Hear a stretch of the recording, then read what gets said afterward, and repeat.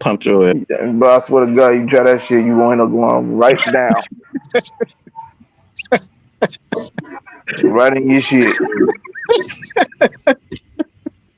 I told you, man, in hell, kid.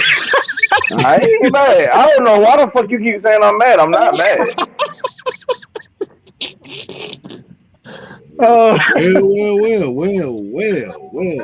and gentlemen, and that skit was brought to you by the Golden ENT. You were tuning in. Man, let's just get on with the motherfucker. We've been fighting all day, y'all. I've been calling hell all day. Ain't even gonna lie. All right. LT is done with me. He done with me. He gonna write a whole goddamn Twitter feed say it's business, man. So your new nickname is Pinhead, right? Yeah. Let's go.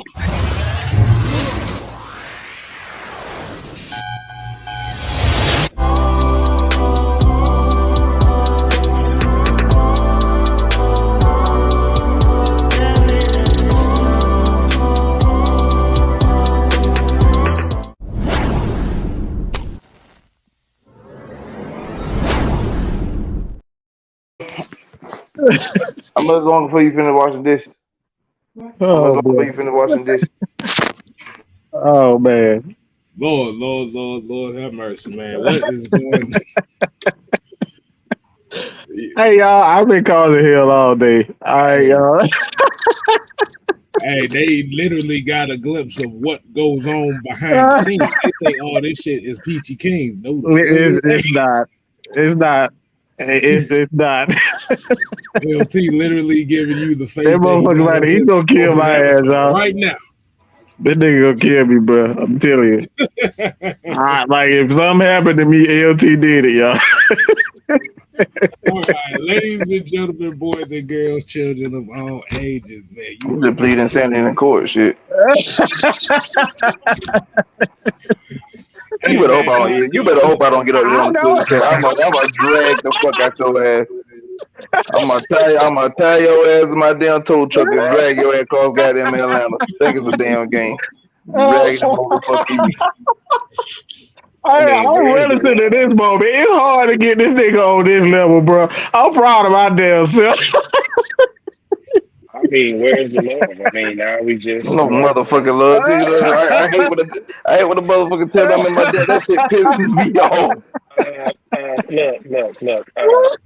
I know about Aquarius all too well. I just sit there and wait for y'all to finish. Oh boy. I'm in tears. I'm proud of myself. It's hard to get LT to this level, bro. Oh my God, I managed to do shit. I'm the only motherfucker who managed to do this. This nigga is as solid as a rock, and this motherfucker never get out of his element. But I accomplished that shit today. I'm fucking proud of myself. I'm really proud of myself right there, y'all. Oh boy. I still love you. I love you, bro. I love you. Okay.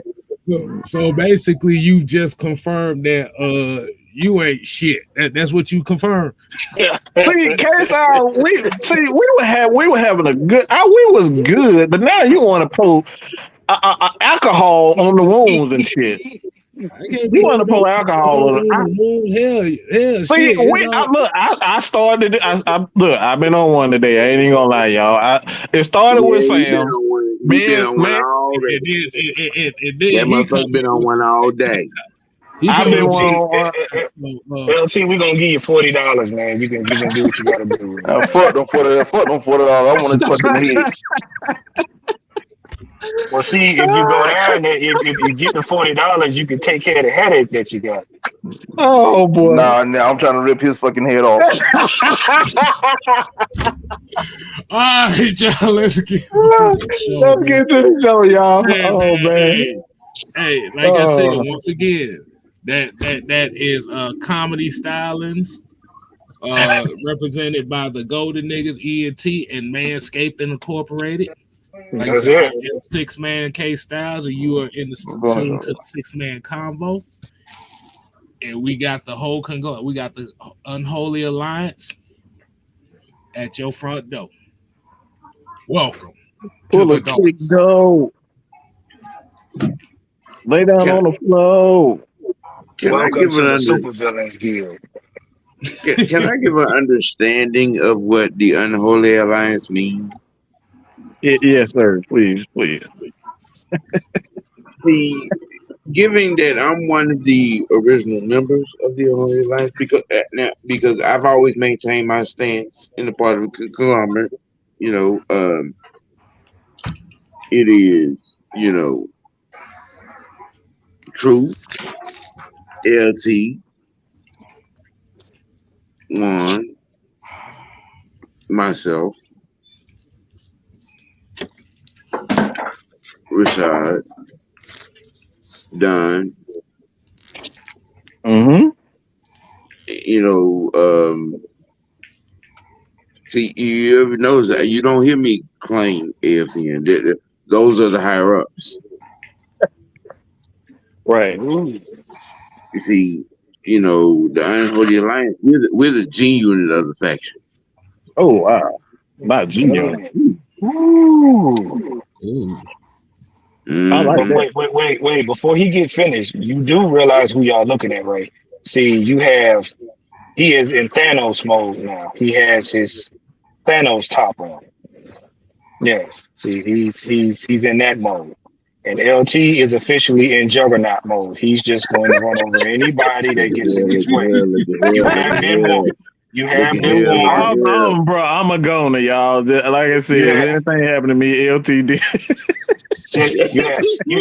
you have Senator Palpatine over there, and you see K Styles. You see K Styles. He's already plotting. Thanos, you go ahead, brother. Yes. See, some of y'all been out of pocket here lately over the last 3, 4, 5, 6, 7 days.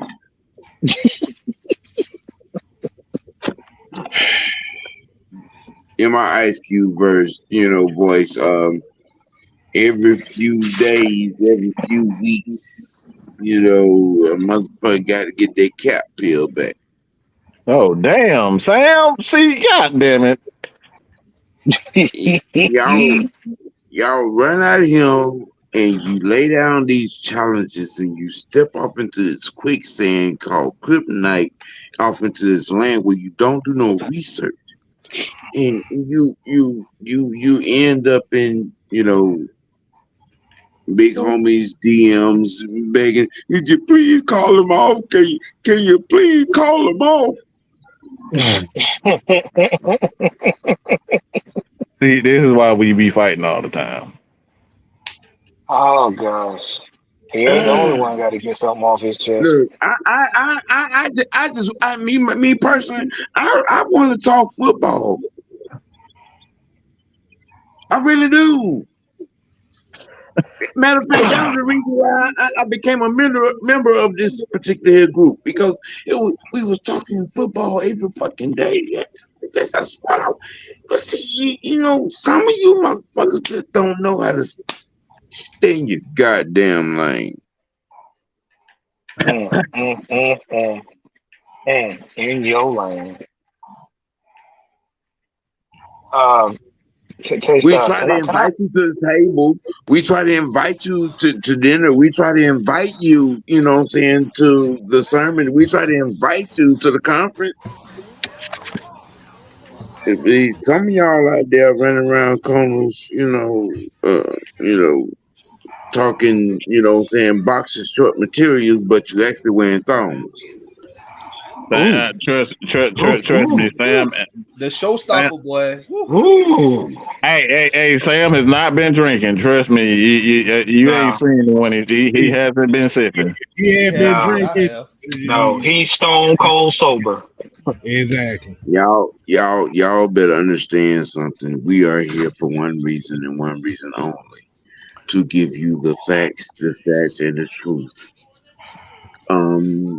And if you're not amongst that, about that, and really being able to relate to that, there's a problem that you're gonna have. Mm. Trust me, you really don't want that problem. And why are you on that topic, Sam? I got something I need to address. We got we just want to talk football, but recently here you got other content creators in the Panther Oh, camp. God damn it. Oh, geez. Nah, This is nah, my way I want nah, to get What? together. nah, What? nah, What? nah. What? I You got got What? you you good, got good. He Hey, said it's you he got not a was my gonna couple show. be It's at not the people. my show. event. This K-Foul show. This. Uh, He you said got a he was gonna couple be at of the event. well, no, He no, said yeah, he was nah, gonna be at the event. but not. You had a He couple said he people, was gonna be at the event, you know. Mike. He said he was Yeah, gonna. He said he was gonna be at the event. Now, it sounds like he, you know what I'm saying, put it on his, you know what I'm saying, Buster Browns is trying to stand a little tall. well, no, that now the thing is, what gets He me said he is was gonna be at the event. Now, So that he can't mean I look. He need. So came that on. mean I can't wear my Jordans. I need to wear my boots then. Nah. See what it hey, was. Oh, He not this came on joke. the hey, show. Look, he came on the show talking big shit to K Styles. Then he want to call me out as though I'm the other. I'm the other sex. Nigga, does this picture look like a woman to you?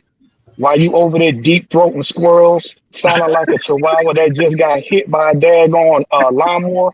Well, walk, what the hell walk, going on? walk, walk, walk, walk, You, walk, walk, you, sh- walk, you walk, walk, shaved, walk. you shaved kangaroo, hippo It's looking, all my damn fault, y'all. talking about some old, It's my Because talking fault, about y'all. his the thing. we gave Look, him look, eight look, days. look, We no, gave him talking eight about the days. therapist is the girl. Shit. The We next we time we, you we mention gave him my 8 name, nigga, days. listen. The One next at a time you, time, the y'all. next One time at you, a time.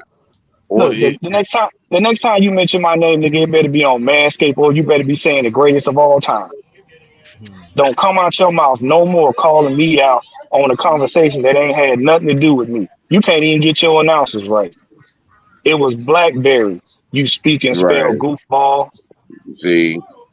So next time you come on the show barking and trying to act like you a big gangster, which you not built for, and you talking about you gonna show up to the event, I want you to keep that same energy. You mouth heifer, you. damn, not a mark my head. What the hell? Never mind. Never mind. Never mind. I'm Anyway, sorry, y'all. it, I'm sorry, y'all. This all my damn fault today. All right, this all it my fault. No, it ain't. anyway. No, it ain't. K Styles, how you doing, man? Hey man, I'm good. Like you said, I had to let everybody kind of get their grievances out before the show. Like I said, Oh, man. there's a whole bunch of weeble wobbles out here talking shit. So we already know. Weeble wobbles. Damn. Security. I got a huge grievance. Security. I gotta bring up though. But go ahead.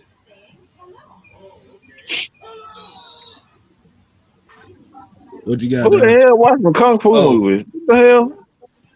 no, what I was saying was what I was saying was, man, is like my big grievance right now is like we talked about Grady Jarrett endorsing Desmond Ritter.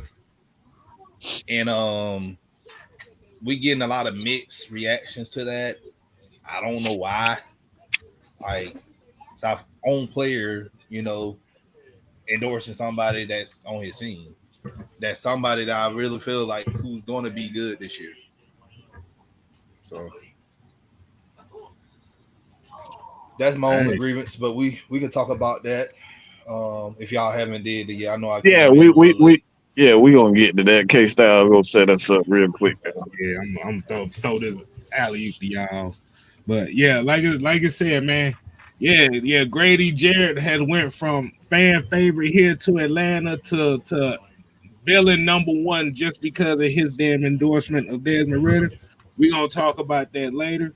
But right now, we want to go ahead and get the meat and topic, the meat and potatoes of this discussion going on. And like I said, if I didn't do the roll call today, I apologize. I acknowledge everybody that's watching right now. So That's my fault, y'all. I told you today is just my fault. I'll take all the blame for today. see, nah, it's not, nah, I ain't shit today, y'all. I ain't shit today. I admit Got that. LT talking about dragging your ass on a tow truck. We got Sam ready to hang a motherfucker off the bridge feet. See, Sam. Me and Sam had a long conversation. Me and Sam good now. I don't know. I probably got to give. Hey, what happened to Travis? Oh, he probably got one call from his hoes.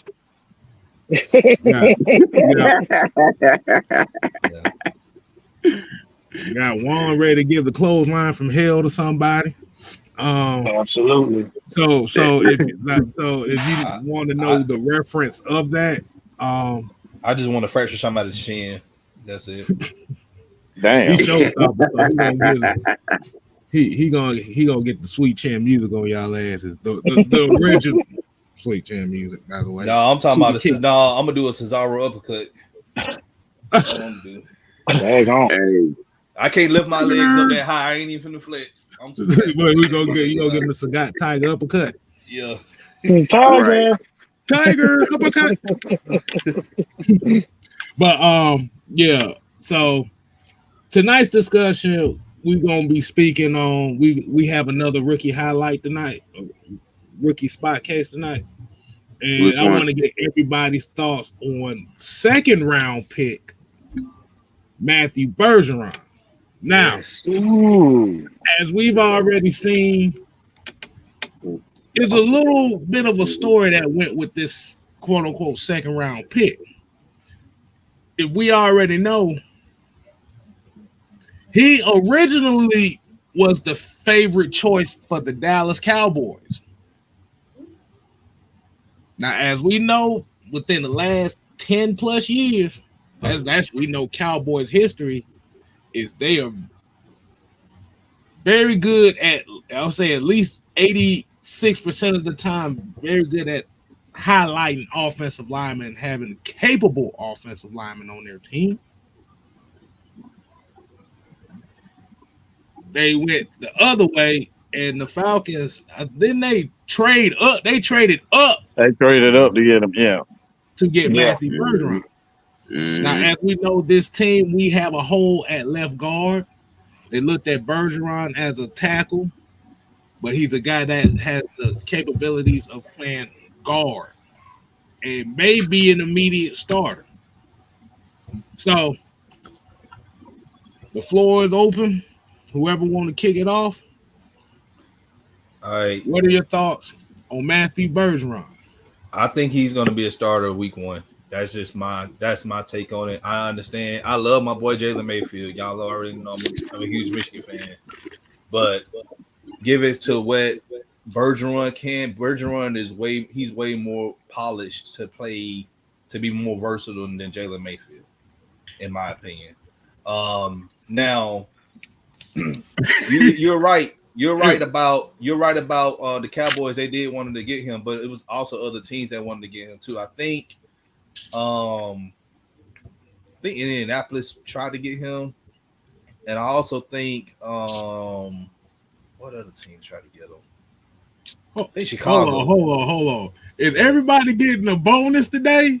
They getting some free Gears of War gameplay. Yeah. LT over there murking people. I told y'all that nigga in sniper mode. This is a sign to me. I'm telling y'all, something happened to me. That's his coping skill, man. That's his coping skill. Look. When I told you he would when I told you he was juggernaut, you see exactly why I said that. Hey, that boy wore ball. He gonna have 15 straight kills, boy. Mike, keep dragging you through the game. Hey, man. Y'all crazy right now, man. But keep on. But yeah, I'll take that back. So the Jets tried to get him, and then Tampa Bay tried to get him as well. Because remember, Tampa Bay they got Cody Mock from North Dakota. Yeah, the toothless one. Hey, that was one of my favorite tackles coming into the draft. I like him too, but I think in our system that we're trying to do, I think Bergeron fits. Bergeron, I think he has a faster speed. He's faster than Mock though. Yeah. So in our system, you gotta like as guard, you gotta pull. You gotta get on your blocks like quick because we running the ball. Right. I'm with Don. I mean, Bergeron, I can see him starting week one for three reasons. One, intimidation factor, because they already have a narrative around Jalen Mayfield anyway. So it's gonna be one of them things where okay, we don't know how this kid is gonna do, but at the same time, like I said, his versatility is gonna be one of those things where that's gonna, how you say, make or break his position. And with him being, rookie, he got something he got to prove. So it's one of those things where, hey, I'm all for it, man. The offensive, Go ahead. the offensive line is what's going to make this offense go. This kid is the real deal. This kid is a Swiss Army knife on the offensive line, and he's good at everything that he does. He's gonna be there day one, game one, kickoff one, series one, run blast, run. You know what I'm saying? One, pass protect, one. He's gonna be there. I mean, like I maintained about Arthur Smith and his offensive line. This is his baby, and he's going to make sure his baby is point one. I mean, I don't see no reason why he shouldn't start. I mean, he has all the quality and the tools to be a starter.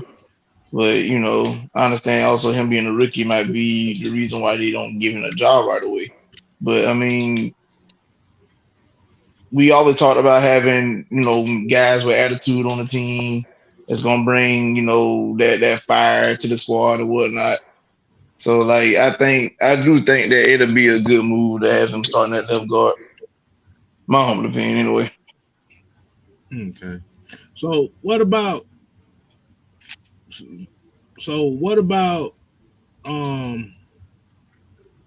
so do you think he will beat out Matt Hennessy for that left guard spot? Or do you think this is just one of those things where it's Hennessy's job to lose? I believe it's Tennessee's job to lose at this point. Speak on it. Go ahead. No, go ahead, Mike. You got it. I mean, my thing is, on one hand, he stated that he wants every player to earn a spot. So I still think he's gonna, just stick to that. But I don't think you waste a trade up to have him sit on the bench. That's kind of hard for me to get, like, all right, to see him sitting on the bench if you trade up for a guy. Like that tell me that you really believe him. Believe in him. So it's like it's tough because Hennessy did play well, and when he was healthy, he did play well. The offensive line, the running game improved. So I think that won't change. I think the left guard position for the most part is still going to be solid. Not Pro Bowl, but they'll be solid enough. Especially with Jake Matthews right there next to him. So he'll be solid. But I'm trying to get out of being safe. So I'm going to just go out on the limb and just say Bergeron, he'll win that job because just based on them trading up. I don't think you trade up for a guy and then have him not, playing. That don't make sense for me.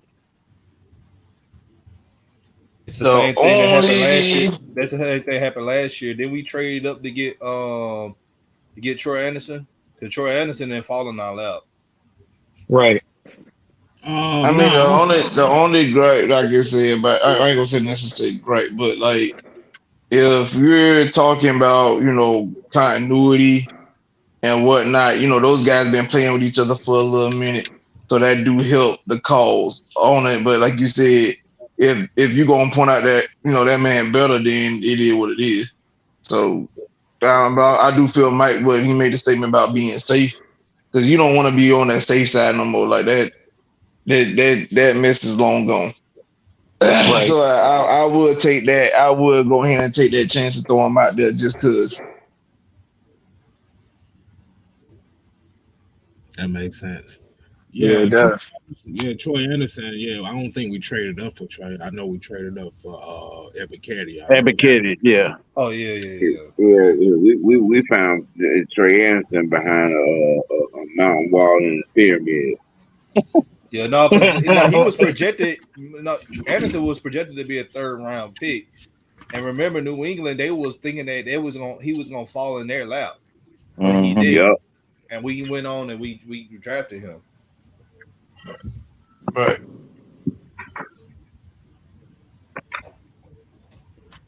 See, a lot of this O line, what they're trying to make sure we do is not only are we versatile, but we want to have an opposing looking team. You know what I'm saying? Because we know from past experience, when you looked at the O line and you looked at the weapons on our team, wasn't nothing opposing about it at all. Right. That's true. And you want that image to go with the run game. So if we gonna move a man against his will and stuff like that on defense, we basically saying we're gonna run it down your throat on offense. Now what?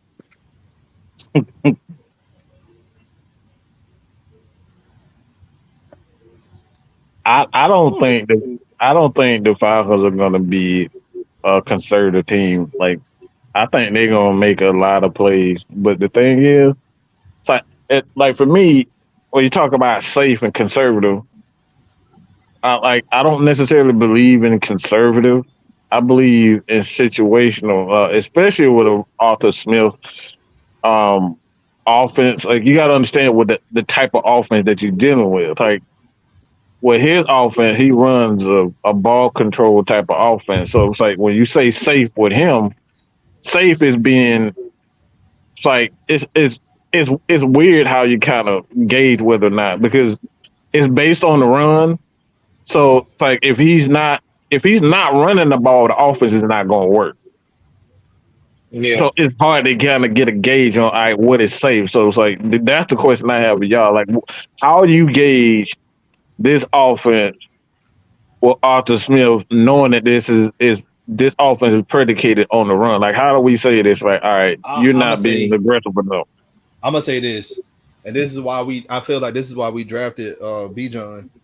Like we've seen it happen a couple of times last year when teams did stop us from running the ball.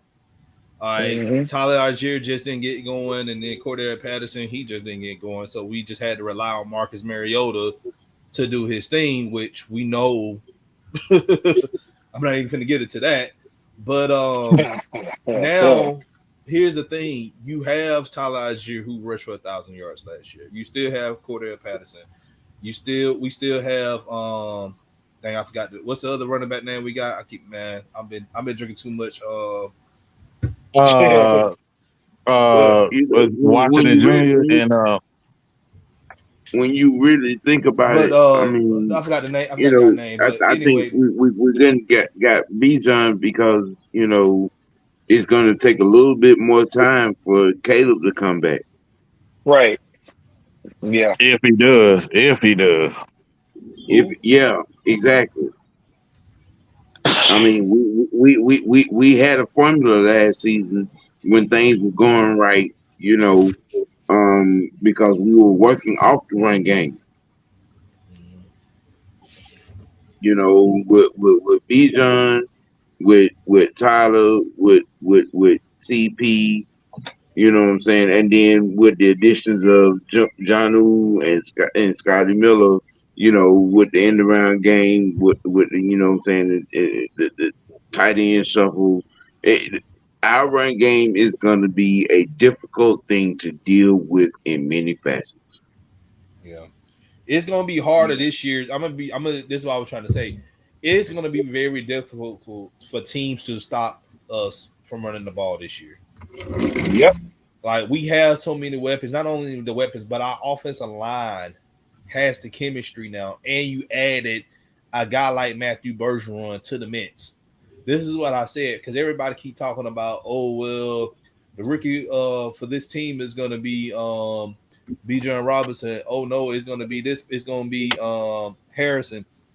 And I'm here to tell you, offensive linemen don't get any credit at all.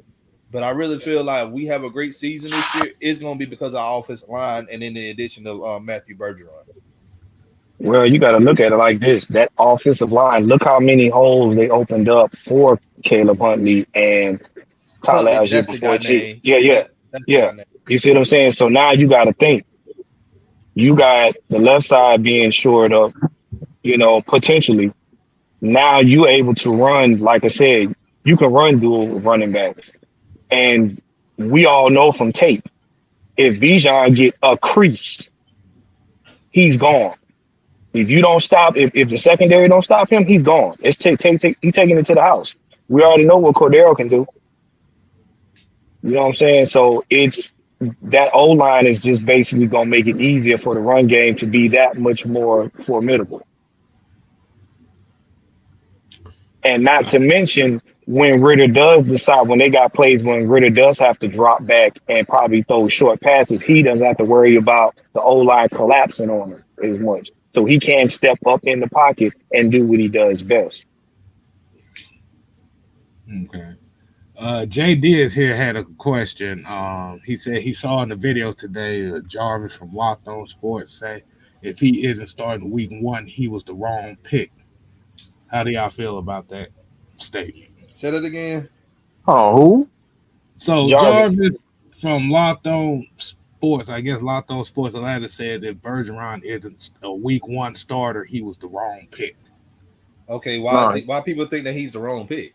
That's incorrect, because Jarvis left out one important factor. How you gonna sit up here and talk about Arthur Smith being a coach that likes to develop talent when if he doesn't go on the field week 1, he's a bad pick? No, that just means that Arthur Smith and them have something else in store for that young man, or the development needs to keep going. The man, like I said, I'm sorry, go ahead. Like I said, people like to overlook the obvious stuff when it comes to trying to micromanage a player. You'll overlook this man's talents, or you'll overlook the coaching, development abilities when a player is not going to start or whatever, just because it's not making you feel good, or it's not going along with what the narrative of everybody's thinking. So that's incorrect. The man knows, Arthur Smith knows how to develop offensive linemen, man. Like I still don't understand why people question his decisions on who starts, who he drafts, who he bring in free agency. Like our offensive line, he coached 2 seasons with us. In his second season, our offensive line is ranked top 5. Since when our offensive line has ranked that high before, outside of the 2016 season? It's been a minute. And we had to bring in Alex Mack, and we had to bring in the I forgot the left guard name, and the right guard. Our whole interior line, and the Lemitre. And then we got the dude from the Redskins. Like our whole interior line was from other teams that developed them. Right. Damn. Right. It is true. What's your take on the LT? I mean, I don't. In my thought process, like you can't really just throw folks out there just because you picked them in a certain spot on this, and I mean he gonna be a day 1 starter. He might have some. We might have took him that high, but we also understood that across the league that a lot of people wanted him, so we snatched him just cause, and we understand we have to develop him real quick. Now it's a strong possibility that he is a day 1 starter, but at the end of the day, like. You don't want to just throw him to the wolves if you know he's not really ready. And again, I could go back to what I said earlier, that the guys that's here like Hennessy, your boy from Michigan, Mayfield. Jalen Mayfield. Like, you know what I'm saying? Those guys been here. They know the system already. So you're talking about guys that's been here the last couple of years and that know the system versus a guy that don't know the system at all. He still got to learn. Like, you really gonna put him in that type of position? That's crazy. I got a question for you, LT. Everybody, Was you a Lakers fan, right? yeah. So what happened when Kobe Bryant? Like when Kobe Bryant was drafted, he was drafted at what was 9 or 19? He was drafted. All right, when 96. Kobe. All right, so Oh, you he you talking about draft like where his pick drafted when his was spot was. Where his spot was. for 13 or 14. All right, so he was drafted at that. Did Kobe Bryant come out right out the gate starting? No. No. And this did that affect his career in a negative way in any shape or form? The dude became one of the greatest players of all time. And this is the reason why we're saying it doesn't necessarily mean where you're drafted. It's all how you develop the player. Because most players, if you look at guys like Anthony Bennett, you look at in the NFL, like guys like Tack McKinley, a lot of these guys are Jesus. drafted high. A lot of these guys are drafted high, and they thrown out there in the land of grown ass men. We talking about grown ass men that been in this game for years, and then you throwing this kid out here and say, "All right, go be great, bro." You going against Alex? You going against guys like Alex Mack? He's one of the dirtiest centers in the history of the game. That dude will bite your fucking ankles if he could on the field. He's dirty, That's right. and you sit up here and throw a rookie defensive tackle defensive end, and he turn around and he don't know about them little dirty moves at the offensive line. They'll chip you and they'll dive at your knees and stuff like that, and he'll end up and he don't know the sort of nuances of the game and just throwing out. You got to get these guys ready for those types of things. So it's not necessarily like these guys aren't the right pick. They're not ready for what these grown ass men are capable Well, of, let me and take you it a don't want step to throw. further. Let me take it a step further. Didn't we experience that with Jalen Mayfield? That man was trained most of his career Yep. to be a right tackle. And then even when he got drafted by the Falcons, throughout training camp in the preseason, he played right tackle. And then what he ended up doing? First game of his NFL career, you playing left guard. And who you got to see? Fletcher Cox. What did Fletcher Cox do to that man? Ran Yeah. through him like toilet paper. But LT, you and Mike hit on something that people not paying attention to. It's a different thing to have Bergeron see the play on film and see the play on the field. A lot of times, if he sit on the sideline and he watch the veteran player go through the little cycles and see how he handles what the guys do, that gives him an idea of what he's to do when he's on the field. He gets to pick up on them nuances a lot quicker. So necessarily throwing him out there, holding him back is not a bad thing. It kind of gives him an idea of what the speed of the game is like and what he has to deal with. Because you put him out here and he green, nah, it's gonna be a long week for that kid. And then on top of that, you could destroy this man's confidence. We were literally having this conversation. My bad, case. Go ahead. My bad. Dude, What do you have I'm right sitting now? here. I'm sitting here watching LT down here playing the show and shit. Shit, we might need to do this more often. Goddamn. Yeah. Right now, what we have, and this is a thing that we haven't really talked. No one said anything about it. And I thought somebody was going to bring it up. Right now, for the first time, we have depth at the offensive line. Mm-hmm. We have so much to choose from now that we don't have to just plug in a guy just to be like, okay, well, we need a left guard, so we just go. No, competition is real this offseason. All right. So now at left guard, now I said we can make the assumptions and we can make our opinions of Bergeron that's going to be the left guard, but I'm really intrigued on how training camp is going to be and how the first 3 preseason games, the 3 preseason games going to be. Because that's what I'm Now, going to be looking at. That's why I'm going to be having my pad, and I'm just going to be looking at the offensive line. I'm going to be looking at the left guard spot now, and the center that's a spot good too. You got idea, Don. safer too. Because what do you say? Those games you get your fuck ups out the way. So if they're going to find out if he can handle it, that's when you have him handle it because it doesn't go against the regular season, stats or whatnot. It doesn't take us out of playoff contention if he don't do well in them games. It just gives Arthur and them a valuation like, okay, this kid needs more work, so they know what he needs to work on. And right now, looking at the schedule, I'm trying to pull it up. We played the Dolphins, the Bengals, and the Steelers.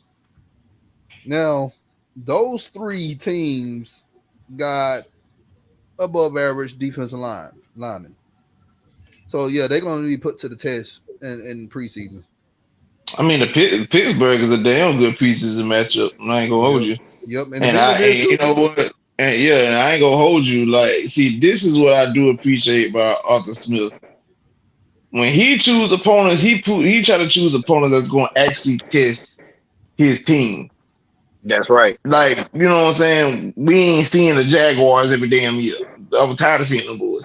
Just because they'll ride down because they up the street, just because both teams are up the street, that don't mean nothing, bro. Like, sometimes you might need folks to, like, you need to go see what your boys made of, but you're not testing them because you're playing against lower tier teams, and especially during those times, like, Tennessee wasn't all that good, Jacksonville wasn't all that good. You were going to beat them and stuff like that. So, like, but put some spunk behind it. Yep. Yeah, because you got to think. Because you got to think, coming out of that last preseason game with them teams being rough like that, that's going to make them hungry for that first game. That's also they're going to take their lumps. So you can imagine how irritated and pissed off they're going to be if they get roughed up in the third preseason game and then they got to face their division rival. Oh, it's on and popping. They coming in there all cylinders blazing. Like, look, you gonna get this work, and that's what we need. LT right. We don't need no toilet paper type contenders in the preseason. Make them boys work for it. See if they can handle it, and whoever can't handle it got to come off the field. Put somebody in there who can, and keep it moving. Mm-hmm. Yeah, I'm glad LT brought that up because, like, every year we always play Jacksonville, Houston, and like Miami. Like, we never really played, like, the past couple of years we done played Kansas City. We done played like contending teams that's gonna make the playoffs. You need, like I said, it just goes to seasoning and understanding what your players are and where they were in the process of scouting them. Because you have tiers when it comes down to players. X players in this tier and that player in this tier. So you got to understand what tier it is. And why I'm bringing this up, it goes to, like, if let's just be honest, like if Aaron Rodgers would have started year one, we would have never. I can confidently say we would have never seen this type. We would have never seen this Aaron Rodgers that we saw. And Tom Brady, if he would have started game one right out the bat without actually being seasoned, we would have never seen a Tom Brady. Drew Brees, even Michael Vick. They didn't just throw him out there to the wolves. You know what I'm saying? He had to sit behind Chris Chandler and learn. So it's like all the players that we see and all the great running backs, it's like these guys have to slowly be integrated into the offense and some of them going to pick up a lot faster than others. So I'm saying that to say this. This is why you want to play quality teams, tough teams like the Pittsburgh Steelers in preseason, because 9 times out of 10 they have a certain style of football they're gonna play. Pittsburgh Steelers, we know that they're gonna run the ball and they're gonna play some solid ass defense. Yep, that's been their San Francisco. And it's like that's how you're gonna truly test where your players are. If you're playing the damn Jaguars every day and you whipping their ass in preseason, are you really learning anything? Know what I'm saying? Not a damn thing. Yeah. So I think that's another thing with him also. Go ahead, K-Style. Nah, I'm about to say, like you said about playing Jacksonville every preseason, it's like you said, it's like one of those things is you don't learn what you have to work at if you're playing cupcakes. Right. That part. But I wanted to get in some of these comments right quick, and I got a few questions in here that's very interesting. Let me see. Let's see. With John St. Clair, he said, What's up, John? That's my boy. he said probably a good thing that Bergeron is also a hockey player. Those guys don't play nice. Oh, see, I didn't know that part. No wonder he was drafted. Yeah, Bergeron did play hockey. Yep, sure did. He's from Canada. Everybody in Canada. I didn't know. Yeah, I didn't know he played. That's why. Yeah, he gonna be folding some dudes' heads up. Like he said that the reason why he stopped playing is because like he had to choose between football and hockey, and he was interested in football, and like he tried to get back out there in the hockey rink, but like he was like he kind of forgot how to skate, so it just like it's like getting the yelp, you know, it's like getting the yelps. You know how you get the yelps? It just sometimes you just forget how to do stuff. But look, to give y'all a thing, because I'm a hockey fan. I'm a hockey fan too. Them chips that Mike talking about, Bergeron, trust me. One thing I can say, if they go to chipping him, he will revert back to his hockey ways. Oh yeah, he knocking some big dudes on their behind. I'm talking about viciously. He gonna treat somebody like a punk. Don't get it twisted.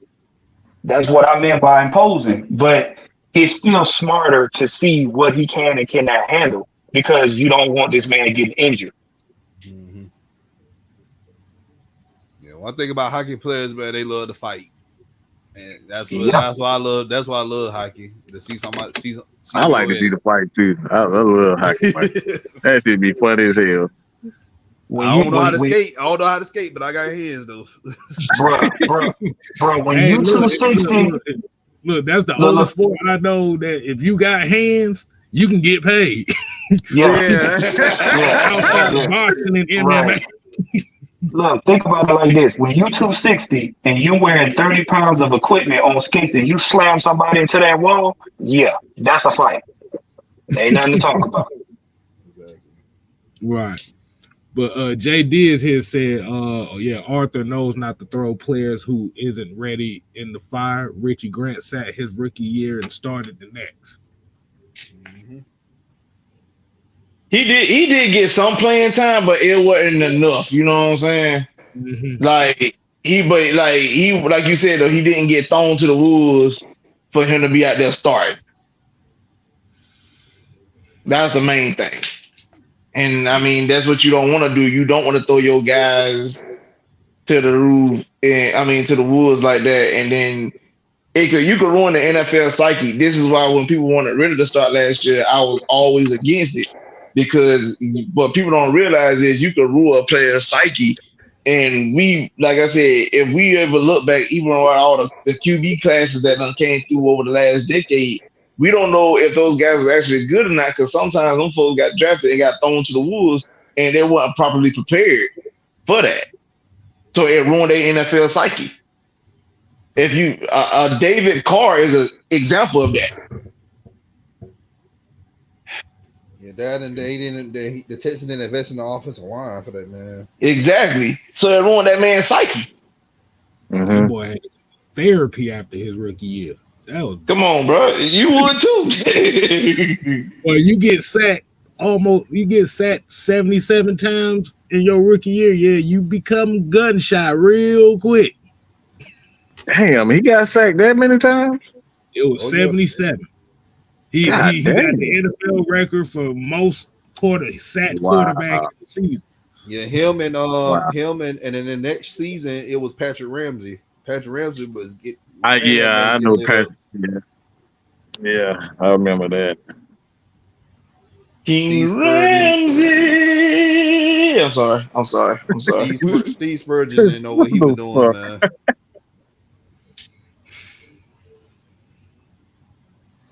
Patrick Ramsey. Mm. All ass right there. I don't. I want to say that, man. It just that offense, man. That Steve Spurrier was doing, man. You can't. No, that didn't work at the NFL level, man. Like I said, the system they played, and unfortunately, the expectations they had for him made him look like all ass. and that's without the phone. They've been trying to put that spread offense in the NFL in for a long time, man. And it, like I said, I don't even know if it really working. To be honest, it's like you see most quarterback careers fail the person because that know how to run it is Greg Roman. Greg Roman, and when Harbaugh, Jim Harbaugh was here, that was it. And Greg Roman and Jim Harbaugh, they was coaching the 49ers together. So right. That spread offense, it ain't working because you got faster and bigger linebackers. And those guys rely more on the run game too, so that's why it made that spread a lot more successful because they rely on they rely on the run game a lot more than college do. So, like I said, it really just depends on the style of play with that spread offense. Like if you're trying to pass the ball 40, 50 times, the spread offense is not going to be very successful in the NFL. Nope. No, you're right about that. Because first of all, you're spreading out the same lineman that's got to protect the quarterback for a longer period of time. They get tired, somebody gonna bust through there and take the quarterback out quick. And take it from me, a guy that, like, especially in my family, like I'm small compared to a lot of people in my family. So I'm not trying to go one-on-one with the big dudes. Like, I'm trying to stay out and dance around them big motherfuckers. Like, I'm not trying to do it. So it's not fun. It's not fun to being in them trenches, bro. It's not fun in them trenches. If you can't take it, yeah, I strongly suggest that you run that damn. You stay out there. You run the damn rock, or you stay the hell out of it. All right, D. Coleman. Wow. He asked a question. He said, what do y'all think about D'Angelo Malone? How will he be used this year, and do you see an increase in snaps? He's gonna be a jack. He's gonna be the jack. They already said they're gonna try to have him the jack. So all you got to do is just look at how Caden Ellis played last year. That's what Malone's gonna be doing. Ooh. So can I go in depth with a jack? A lot of people probably don't know what a jack is. Oh, my bad, I forgot. So it's more with a 4-3 defense. It's like a linebacker. You either gonna send him to blitz or he's gonna cover. I mean, we kind of saw a glimpse of that just this previous season. Like I said, they lined him up all over the place. Outside, we seen him inside. Like I said, there was some special packages where he was lining the slot. That's gonna drive these offensive coordinators mad. And he got the height too to cover tight ends too. So that's why I said him playing jack is gonna be good because he's a little taller than Caden Ellis. Right. But yeah, him increasing snaps. Hell yeah, shit. I need the snap count number he had last year. I just know what Dom said earlier about depth. Like, this has been one of the deepest teams I think the Falcons have put together in a long time, and I think we can all agree to that. Oh yeah. You say D'Angelo Malone? I don't even think this team.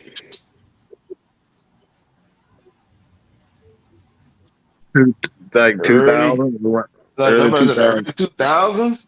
I'll say about 2009. I mean, even then, like we was because we We were more talking so we were about more so top. We was top heavy. Like Yeah. if like I said, we always been top heavy. Like if we got our guys playing, we were straight. But then when you start seeing people get injured, it was like, oh shit. Yeah. But see yeah, now if I'm confident in our backups now. yeah. Mhm. Like use the 2018 season for example. We lost Devo and Devontae Freeman like the very And first game of the season. and Keanu And Neal. then, yeah, and Keanu Neal. And then like I think like 2 weeks later we lost Ricardo Allen. So after that, I and then we were hurting real bad at those positions because those guys wasn't there. Seen So, too much Desmond South work around that point. but this is the thing though. Like going back God to damn. going back to the Dan Reeves era. Like at least with Dan Reeves, we had guys that came off the bench and they could play. You plug those guys in. I'm gonna give you an example. I'm glad you said that because I'm gonna give you an example. When we played the Minnesota Vikings in 2002, the Vic Run game that everybody remembers. But people forget, like, I think it was Ray Buchanan who had got injured. I think he got concussion. He caught a pick in that game, but he got a concussion. So he went down for the rest of that game. And we got Jerron Bolden to play, and he caught an interception in that game. Like I said, those guys wasn't predicated on just one person. Like the team was actually decent, especially defensively. Yeah, Jerron Bolden was always one of those corners. He always stuck around the Falcons. He done played, got cut, and came back. But it was like he always ended up. He was like Kevin Mathis. When they needed a play, his name usually came up. You may not hear nothing the whole game, but when you needed it, they came through. Damn, I miss Bleeding Ray Wilson because that's what he did. Man. I'm That about man to cuss said you out. Bleedy Bro. Ray Wilson. That man I said really Bleedy about Ray. to cuss you out, bro. You know what? Hey, you can't tell. Hey, look, you can't tell them when they ain't have an innocent when they needed a turnover. Man, Bleedy was out there. It wasn't Breedy. I can tell you that. It wasn't Breedy. Now, if you'd have said like Robert McClain, you might have had you something. But Breedy, no. I remember when Matt Mike did a video on Robert Alford. It was his last season. He was thinking that he was coming back, and Oh my God. Matt Mike he posted a video talking about, bro, you tripping.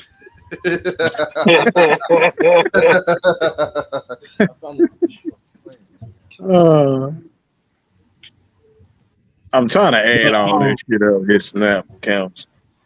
But D'Angelo Malone kind of played a lot of snaps towards the end of the season. In the middle of the season, around the Chargers game, he started getting a lot more defensive snaps. And early in the year, he didn't get a lot, but he played a lot of special teams. But he had 216 total snaps. But defensively, it kicked up around that Chargers game. Mm-hmm. He got a significant snap. I'm talking about around, especially for a guy that's drafted. I think he was like a 4th, 5th round. So he got like 13 and 16, 19, 18, 25. And then towards the end, obviously he got it increased to around the 20. So he did see significant snaps, and that was largely due to the fact they was playing in pass rush, like in that spot where Dunn was saying at that jack.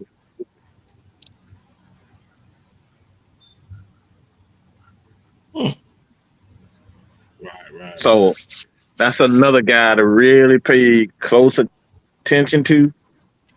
As far as one of those sleepers, because like I said, a lot of people are looking for Ogundeji to kind of bounce back.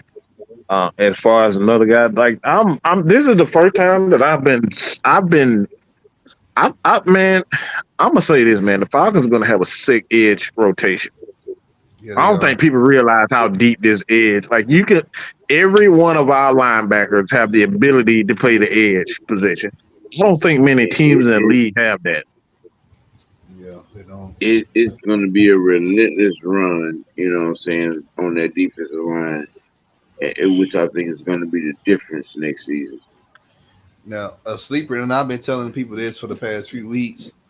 I think a guy to look out for this year that's going to have a breakout year on that defense, Richie Grant. I'm telling y'all. I believe that. I can definitely believe that. Like Jerry Gray, again, like Richard Grant played okay last year, but under Jerry Gray, man, I'm telling you, he's gonna play good this year, man. I'm just excited how they're going to be able to utilize Troy Anderson. Oh my goodness, yeah, He's gonna be a problem everywhere. yes. I'm kind of scared for people. I'm scared for the NFL because I don't think they're gonna be ready for him, bro. I'm telling you, guys, like you got Frank Bush and you got Huxtable training him. I'm telling you, I'm telling you, Keith Brooking vibes, man. And Sam, I'm not talking about the 2008 Keith Brooking. Like, he won that one game against the Cardinals in the playoffs. But look, y'all, like going back to what you said about the rotation, y'all gotta understand. We started out the season last year with a rotation that was mowing down teams. That rotation gonna be like a buzzsaw. You gonna have a fresh player almost every down in every quarter. Y'all not paying attention to that. A defense that stays fresh for 4 quarters. That means you can bring your best offense from any team, and they gonna get mowed down. They're gonna be trying to they're gonna be a little bit gassed while the guys on our defense gonna have a little bit of energy in them. And the fourth quarter, oh gosh. And the beautiful part about that is even when you look at a person like Grady, because like now Grady gonna be able to get those one-on-one matchups that he deserves or they could scheme for, and he could be able to beat his guys one-on-one, and then ultimately, getting big time sacks in crucial moments of the game and stuff like that. So there's a lot that could go into this. I'm trying to tell you. And Grady, trust me, Grady gonna get at the quarterback. Just believe that. He was getting at the quarterback double and triple team at times. What you think he gonna do? A free man. And this is why we keep trying to tell Pampers fans, your quarterback, you put little man Pamper out there if you want to. Grady gonna maul him. I'm glad you brought that up. Kel, you about to say something? I'm sitting here. Now, William asked, who do you think getting cut in the wide receiver room? Shit, I'm gonna be out with y'all. We don't damn know. We don't know. We don't know. We said the same thing last year. We thinking we had the monsters of wide receivers, all the 6'5" guys, and the ones that ended up they keeping was all the little motherfuckers. Damn. I thought we I got that all wrong. We cut Geronimo Ellison after the second preseason game. Mm-hmm. Yeah, it's like so yeah. we don't. I don't have a clue. They got so many tight ends. Munchkin land. That's the thing. They got so many tight ends in their disposal. It's like outside of really Mac Hollins, Drake London, and Scotty Miller. How many more receivers you think they gonna get if they got a lot of these tight ends on this team? They not because it's gonna you gonna see tight ends doing wide receiver things, and you gonna see defensive coordinators like, what the hell is going on here? Why is he doing that? Cost Touchdown. efficient. All Yeah. you got to do is go Touchdown. back and tape. The only thing you got to do is go back and watch tape of the 2019 Titans, and you see Yonu Smith lined up in slot several times. It's getting back to cost efficient. It's not that they want to draft a lot of these tight ends, is that the tight ends are cheaper and they can do the exact same job that a lot of these wide receivers are getting paid $20 million a year for. Man, Mike, you forgot one more thing too, man. I'm sorry to tell you this. Tight ends are more physical than wide receivers. Yeah. I think we know that all too well. Okay, But I had to throw that out there for the people who listening. Nah. Like, in the words of Blackberry, y'all need to pay attention. Y'all needs to pay attention. So in other words, Don, what you saying is they gonna catch balls and truck people at the same time. Yep. Gotta love it. More physical. Yep. Let me get this. Because you gotta be honest, you gotta be real with you, man. Like back then, like in the 90s and early 2000s, the receivers back then were way more physical than the receivers now. Like the receivers now, like they just want to go run routes, route participation. I had to throw that in there. And just catch the ball. Have to do that, Don. I gotta do that. But look, check this out. But check this out though. Like receivers these days, like they want to just go out there and run routes and catch the ball. They don't want to, block like that. Well, see, remember, Terrence Mathis in his interview he said, when I got out there and I wanted to play, he said, my thing was not only to catch the ball, but he said, I am running over whoever's in front of me. Exactly. Terrence Mathis lived for the contact. But that's old school though. But now these days, these receivers, they're divas. Most of these receivers these days are divas. They don't want to do anything physical. They just want to run their routes and catch the ball. This is not badminton. 260 to be hit. 260 to be hit. But you little bit. Hey, let me get this super chat out the way. Shout out to Brian Peoples for the $1.99 super chat. He said, great depth plus with number one defense in the second half. Yep. Yeah. Exactly. That was the number one defense in points per game in the second half last year. Yeah.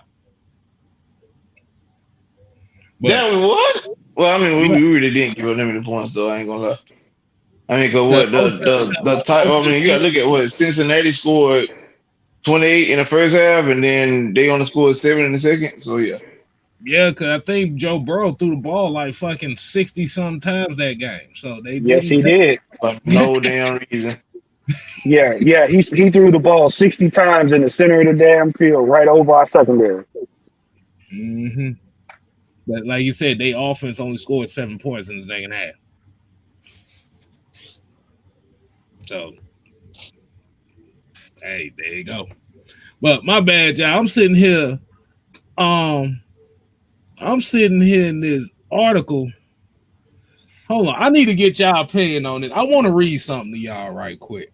This is everybody can get their take on this. All right. Here comes some fuckery. I'm about to read to y'all right quick. Oh boy.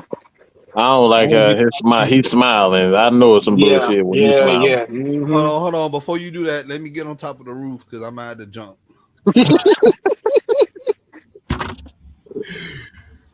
Now listen to the name. Listen to the wording of the title.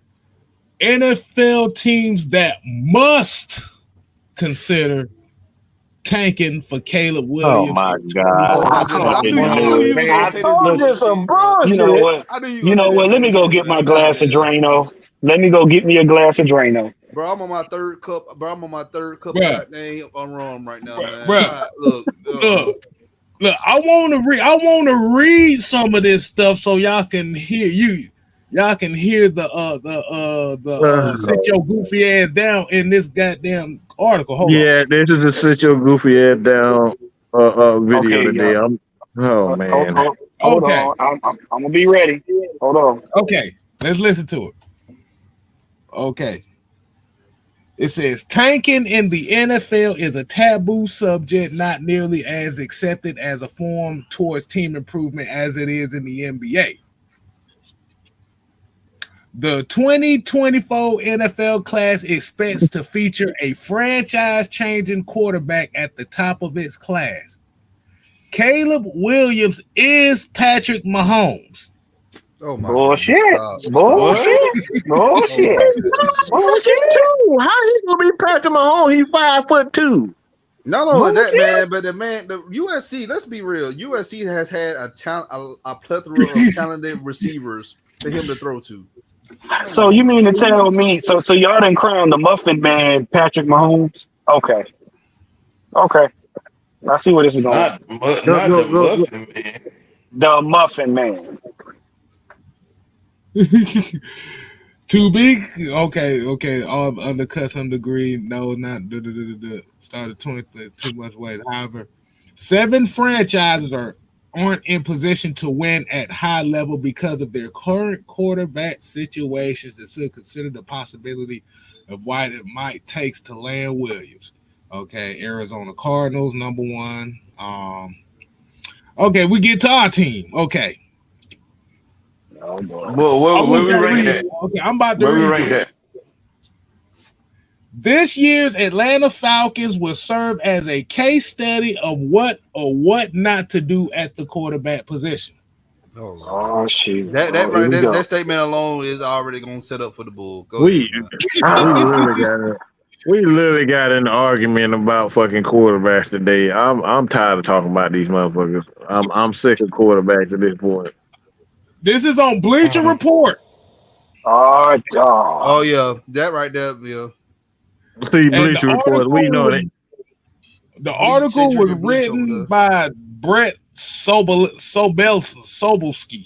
No, you mean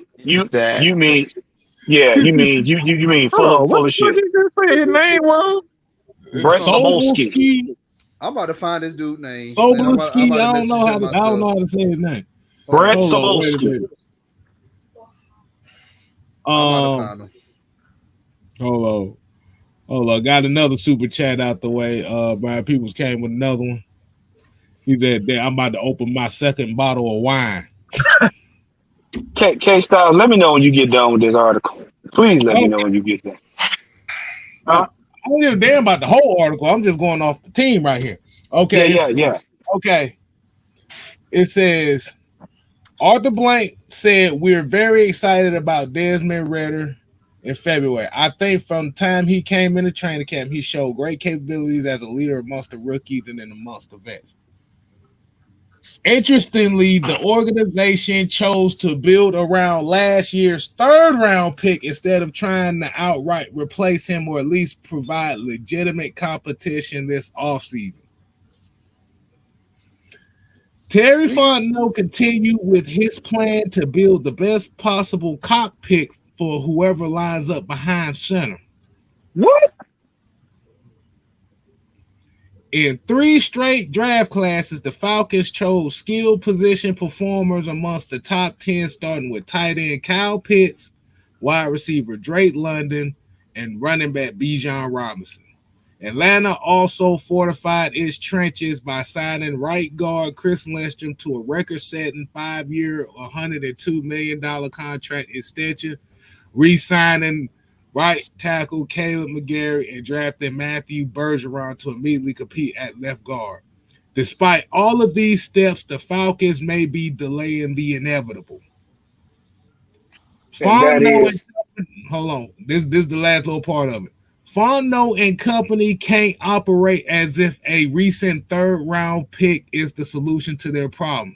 If Ritter tears up during his sophomore campaign, that's great, but the organization must currently look at the best possible path towards winning championships, which is upgrading at the quarterback position by any means necessary. Okay. I got this real quick. I'm not gonna talk. I'm not gonna talk long. I promise you. That's all I have to say. I got something when to say it about comes that down. too. Go ahead. This all I have to say right here is that why are you saying delaying the inevitable? That's what I want to know. Like, why y'all keep saying that? Everybody, like, they keep saying delaying the inevitable. But we praise guys like Tom Brady for being a 7th, 6th round pick. All right. The man's from Ohio. He's an Ohio State fan. Brent, that's the guy.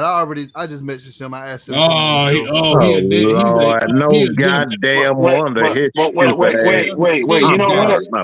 This is This what I feel about he's a Browns fan too. So look, here's my thing. I asked him to come on the show. Oh hell no, he a Browns fan. He gonna get this work. We gonna bring him on the show and we gonna ask him about why.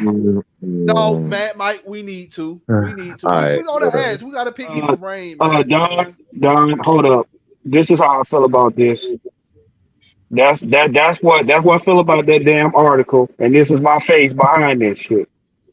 Sit your goofy ass down. And I mean it. Every damn word. Hell, I gone and everything. Oh man, really? And this is the thing, man. Like y'all, people are upset that the organization said that okay, we're going to give Desmond Ridder a chance, and everybody is like, oh well, y'all doing the wrong thing. Like, man, the man played 4 games last year and won 2 out of the 4. I'm about to say this right now. Oh boy. I'm about to say this again. Starting off with my favorite line. If you don't like Ridder, just say so. Number 2, y'all don't want to see Ridder in the postseason.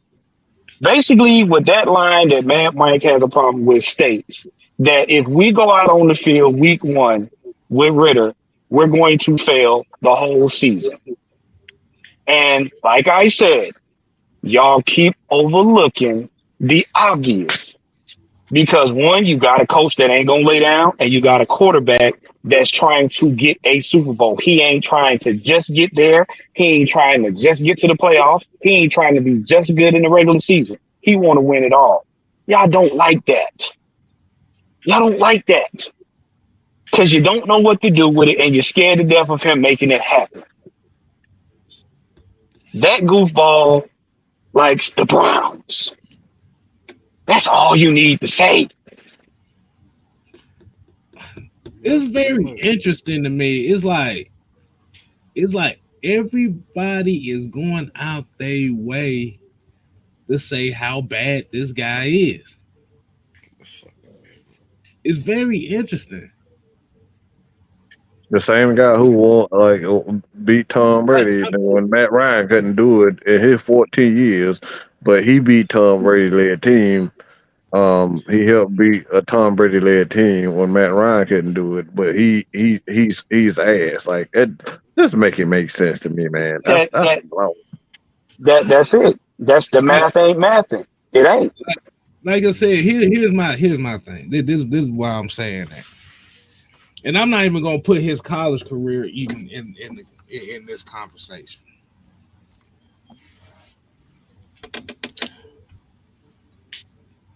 We just gonna go off the 4-game season. The 4 games.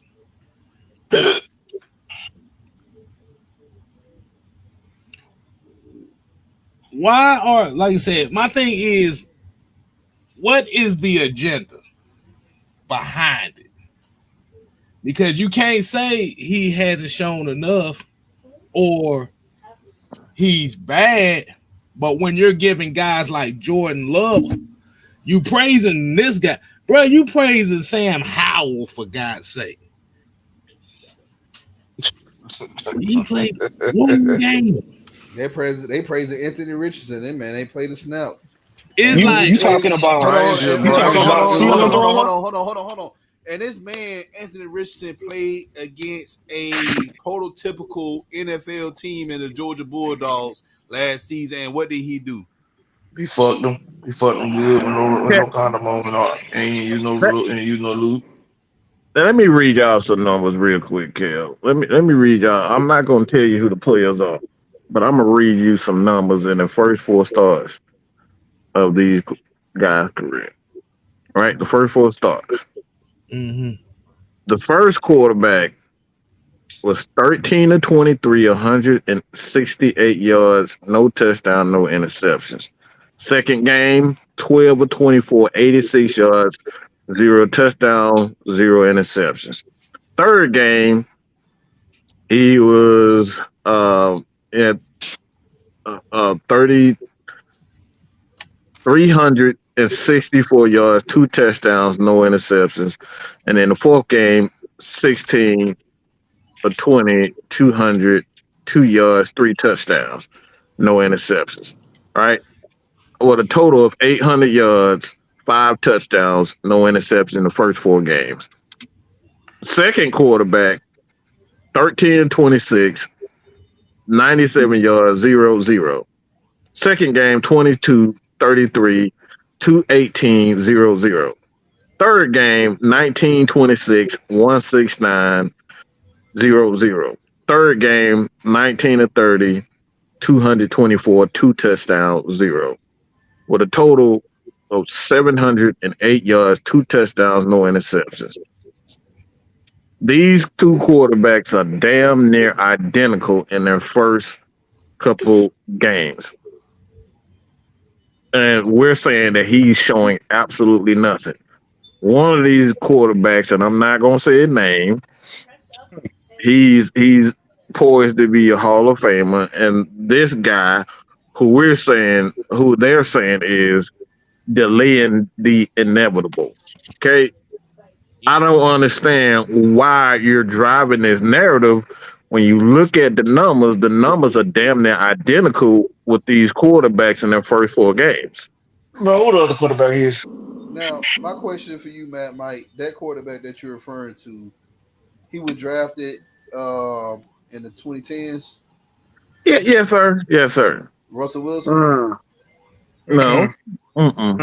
Actually, I know Kev know who that guy is. You should know. You should. I know the second one was Desmond. Oh, it is. The second guy was indeed Desmond Ritter. Anybody want to take a wild guess who that first guy was? Tom Brady. Sounds like. No, he was drafted in the 2010s. It can't be Tom Brady. 2010. Okay. It indeed was Tom Brady. It was Tom Brady. That was actually when he was drafted in the 2010s. I said yes. I said yeah. Yeah. The 2010s, bro. He wasn't drafted. Yeah. Brady was drafted in 2000. All right, yeah. All right, I goofed out. Okay. All right, yeah. He was this quarterback. The reason why I'm saying is the reason why I brought that up is that these guys, the only thing that's really it's like 100 and some, less than 100 yards. It's about 200 yards, about 110 yards away from Tom Brady threw for like 100 more yards than Desmond Ritter. That's the difference in both of these guys' career, and 2 more touchdowns. The difference between Tom Brady rookie season and Ritter's, like the Patriots, they had a defense, and Kevin Falk was a workhorse for the Patriots. But the reason why I'm bringing up is that they're saying that Desmond Ritter isn't showing any promise, and that's false. He's showing you exactly the path what Tom Brady was on as a rookie. Yep. Because Aaron Rodgers didn't have these numbers. He didn't have these exact same numbers as Desmond Ritter in their first 4 games. You can go look at it for yourself. And as we see, as time went on with Brady up there and with Belichick, they continuously built the team around him until he had all the pieces that actually fit with him. The same thing they're doing for Ritter. But people have this narrative. See, people got this false sense that Ritter gonna be another Marcus Mariota. Not in the same sense, but he's not gonna be successful like Marcus Mariota. They're not the same type of quarterback. But it doesn't matter, because what they're doing is they want to be right. The media wants to be right. Remember what I told y'all? All season we've been knocking down narratives left and right in off season. They don't like that because there's nothing for them to talk about. The Falcons are getting too much praise right now. So what are they going to do? They're going to go back to their default narrative. Everything around him is good except for the quarterback. And when that don't work, then it's okay. Well, the coaching staff failed him. That's the only thing they're gonna lean on because they're overlooking them 4 games because why? He progressed. He got progressively better.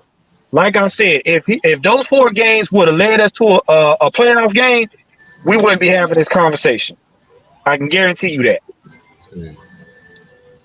Because by game 3, what were people talking about? Oh man, we might be going to the playoffs.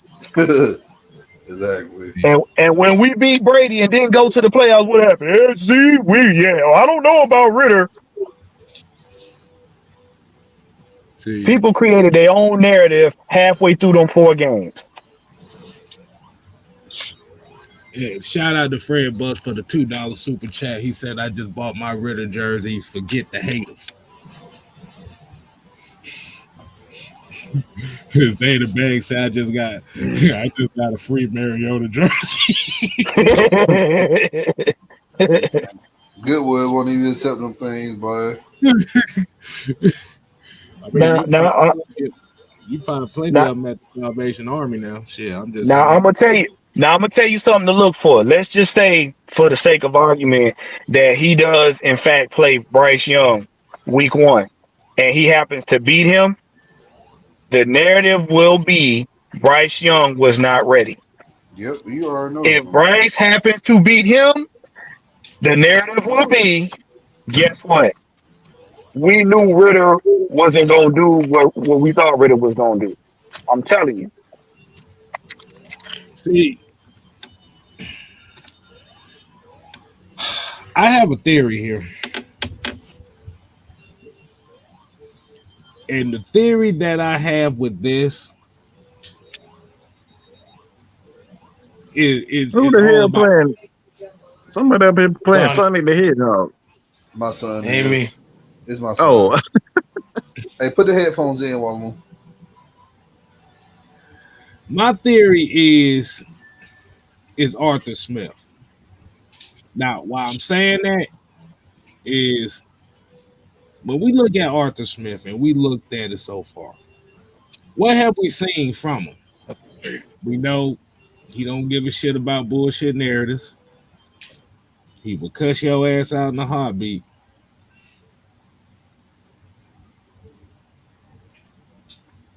His dad owns FedEx.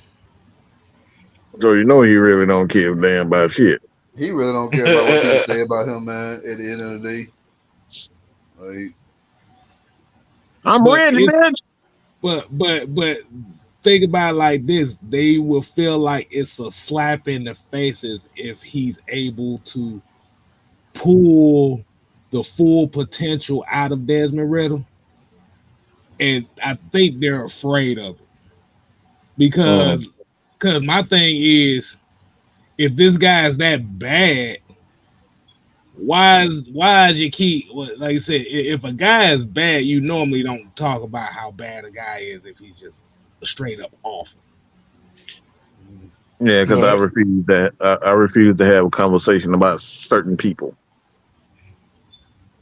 Just not That's doing right. That's what I was saying earlier.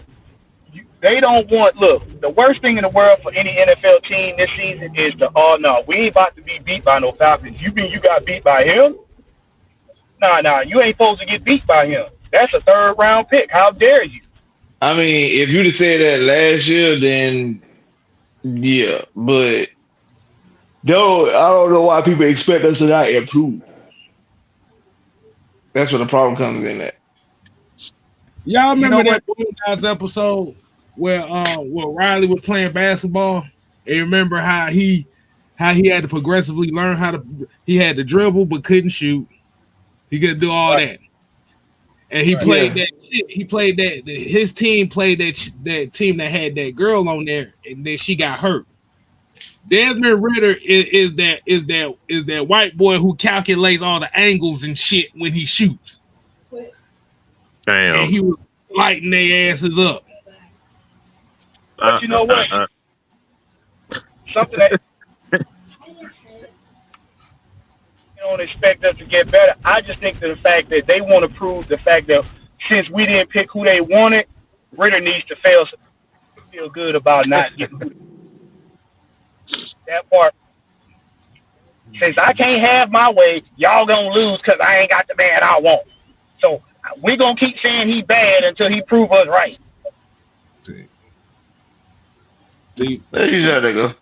but like I said, that goes to like that. That's why like I will coin it here. Arthur Smith's legacy is going to be tied to the development of Desmond Ritter because he essentially is bucking the damn system as far as these quarterbacks. Yep. Ooh boy, not bucking the system. Ooh, K He- Styles. I don't think y'all Arthur realize. Smith is- by sticking with Desmond Ritter, he's literally bucking the system. And Yep. these folks do not like that at all. Because they make their money on building up these players to God levels. We seeing that with Trey. We seen it with Trey Lance. We seen it with several quarterbacks in the draft. To be honest, I mean, Zach Wilson is a great example. oh my God, Oh my God. Zach No, Wilson is a great example. I Justin never Fields. saw anything, I already saw bullshit in that before he even got drafted. bruh. I already Like, saw bro, bullshit. you played Southern Methodist University. Sit your butt down, man. He played who? So SMU. SMU. Done played Southern Oh, Methodist. okay. Oh, He okay. done played I never. Hawaii. You know what? I never See, knew. nobody knows what that means. Everybody can call it SMU. The man that played Hawaii and doggone Utah State, Yeah, Nevada yeah. State. Come on, bro. Right. Hey, put the one with John. There it go, right there. We actually had a conversation about this. Hold on, let me Go get ahead, this Kev. super chat out the way. And Dre Harrison with the $5 super chat said if Desmond was on any other team like the Taints, the media would be hyping him up. Of course. Yeah, because they don't have head coaches that buck. Yeah, they don't have no head coaches that buck the damn system. It's all this just comes. Desmond Ritter, the Desmond Ritter narrative just comes from the simple fact that Arthur Smith bucks the motherfucking system. Right. He wants productivity and not popularity. That's the Right. problem. I mean, if we doing, I mean, let's just put shit in perspective. Like you said, we don't like media. Do not like us. That's why it's bad. It's here people that's supposed to be Falcon content creators coming out saying, "Oh, it's a false narrative that the media don't like us." Well, they show you time and time again by doing certain stuff they don't fuck with us. A prime example of that is seeing them post a whole 3-hour game of the Falcons in the Super Bowl on Twitter. Right. Wait, Like there was literally no reason for that at all. All the games you could have post. Hold on. Wait. Goddamn minute. I got something to say because Travis, you brought up a good point, and Matt Mike brought up a good point too. Do y'all remember the stable in WWF that they're supposed to get over, but they got over? Everybody remember the Nation of Domination? Yep. Those guys ain't supposed to get over at all. They just put black guys together to be like, okay, y'all can hang out over there. Each and every one of those guys got the hell over. Yep. And I feel like the Falcons is like the version of the Nation Domination. And I know Wolf gonna probably come in and kind of clown me on this or whatever.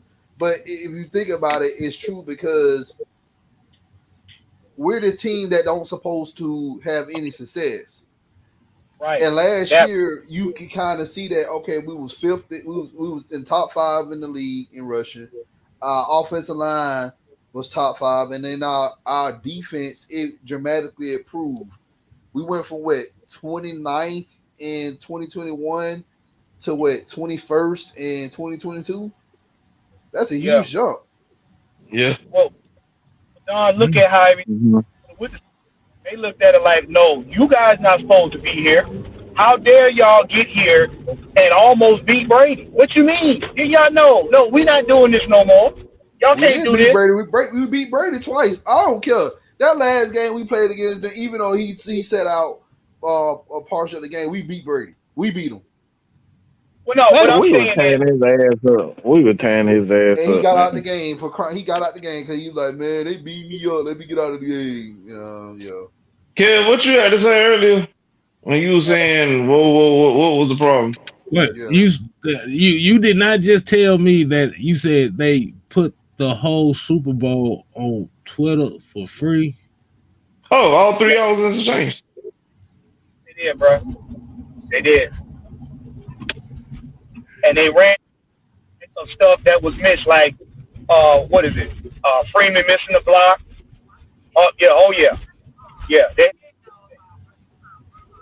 Out of all the Super Bowls they could have put on there for free, they put that one. Okay. But like they tweeted on some freaky. Here's a full game, and they chose that game. You could have chose this year. You could have chose this past Super Bowl. You could have chose the Arizona and Steelers Super Bowl. You could have chose the car. You could have chose the Patriots and the Rams Super Bowl back in 2001. Nope, you chose the game with us. Okay. See, And like I made a comment earlier this year. I said, remember now, they clowned Jalen Hurts in the beginning of the season. He got to the Super Bowl and lost. You ain't hear no backlash from him. None. I mean, it's always been about bashing the Falcons because that same season that we went to the Super Bowl, remember the narrative that was created then was Matt Ryan was the fourth best. He was the fourth best quarterback in our division. He was behind Cam. He was behind Drew. He was even behind Jameis Winston. Yep. mm-hmm. That's why I find that ironic. But yet still, y'all, if Jalen knows y'all ain't gonna get smoke for losing the Super Bowl, but you're gonna get rid of smoke for playing 4 games plus beating Brady. Make it make sense. Ooh, boy, these narratives, boy, y'all damn show, y'all show do be trying to be discreet, but goddamn loud at the same time. I ain't never heard no shit like that. Yeah, like Twitter. If you play for Twitter, they allow you to post more stuff. But I guess NFL want to take it a step further. You know what? They go to Super Bowl for y'all to watch real quick. Where the Falcons blew a 28-3 lead. Okay. But you also pay attention to when you look at these interviews they do with Grady. Listen to how they ask questions. They slick tried to ask questions to see if they could kind of like throw a jab at Ritter, and Grady was gonna take the bait. Because remember now, that ain't the original. They asked a specific question about whether or not Taylor Heineke was like it was a real slick question where they asked about Taylor Heineke, the Grady Jarrett. I think they was kind of insinuating the fact that like, all right, I mean, I think we all know that there's always a possibility that a backup is going to have he may have an opportunity to play, but the way that at least that's how I interpret it, was that like, all right, you have a better quarterback than Ritter backing you up. It's like we're the only team that I know of that's like, oh, why are we asking questions about a backup quarterback? I don't see Skip Bailey talking about the backup to the Dak. You know what I'm saying? Like, who the fuck cares about the backup quarterback? It's funny because people was like laughing and joking when we signed Taylor Heineke. Now everybody talking about, oh, man, we need to give Heineke a chance. I'm like, bro, really? Okay. Wait a minute. Who are you talking about? We need to give Heineke a chance. There have been people that said that. Oh yeah, I seen that. Actually, that's been going on a lot. Yeah, it really has. I'm not shocked because these are the same people that a few years ago when Heineke had that game against Tampa Bay in the playoffs, they were talking about signing Heineke and trade Matt Ryan. So I'm not shocked. They asked Grady about how the quarterbacks stack up in the NFC South, and the guy he read the article talking about how, I guess they had Desmond Ritter last, and Grady kind of looked at him like, bruh, I'm not about to sit up here and put my quarterback last. They put all the quarterbacks above. Because Grady went through the same process. Exactly. He doubted him and anything that he did because of his quote unquote stature, they didn't think he would live up to being anything in this league. So of course Grady Jarrett is going to sympathize and he's going to understand the criticism Desmond Ritter goes through is because it's the same thing. Like you said, if we know that NFL is where every quarterback plays well in a particular system, this is why you bring certain head coaches to teams to get the best out of quarterbacks. So if every quarterback is a system quarterback, does it really matter where they get drafted at? Right. Yeah. I mean, you can have a first round draft pick at quarterback, but if you ain't got the right coach and you never get the right coach, you're not going to get the full potential. It's a waste of talent. It's a waste of talent. And we see it time and time again while you try to turn certain players into things that they're not. And like a lot of people always say Vic Beasley was a bust, but he really wasn't a bust. If you look at his numbers and then you look at the type of player that he was, it's just like, for me, it's like trying to turn, and I was actually using this term today. It's like, you got a fullback. You know this fullback is great when he's going north and south. Like, he's going straight up north. You know what I'm saying? Straight ahead. And then you put him in a system where he's going to a Kyle Shanahan system where he uses a lot of stretch plays. Mm-hmm. A lot of outside zone running. Looks like you're not gonna get the best out of a TJ Duckett if you go going sideways. He gonna get tackled for a loss because he don't have the necessary speed. And like that, this is the reason why it's like quarterbacks like Malik Willis. Like, y'all are a running team. Mm-hmm. You trade all of your running backs. I mean, your wide receiver, pretty much all your wide receivers away, and then you tell Malik, all right, be our quarterback. Like, y'all set that dude up for failure from the very beginning. It's like, what fucking common sense is that? Y'all ain't drafting no wide receiver. You brought him in a run-first offense, and then say, all right, I'm going to get rid of you because you can't pass. You didn't give him no weapons. You didn't give him a good tight end. You didn't give him a wide receiver. You traded all your... You ain't give him a good quarterback coach to develop a quarterback coach. And like, so that's what I say, man. I thank God for Bill Musgrave and Mike Mularkey for when we had Matt Ryan, because they prepared him to be an elite NFL quarterback. But that doesn't. I want to make this clear. That doesn't guarantee that a quarterback is going to always be great. You know what I'm saying? But you putting him in, you giving them the necessary tool to be successful. It's like going to work. You know, you're going to be a truck driver or something like that. If you ain't got no fucking truck, how the hell you going to be a truck driver? It's simple stuff like that. You got to give the players the necessary tools to be successful. A quarterback needs a running game. A quarterback needs an offensive coordinator that's not going to put him in positions where he's going to have to throw the ball 50, 60 times a game. He needs a defense. He needs a special team. He needs special teams. You need all of these things in order to be successful. So if you're not giving these guys the necessary tool to be successful, how can you say he sucked? You set him up for failure. Like I said, man, at the end of the day,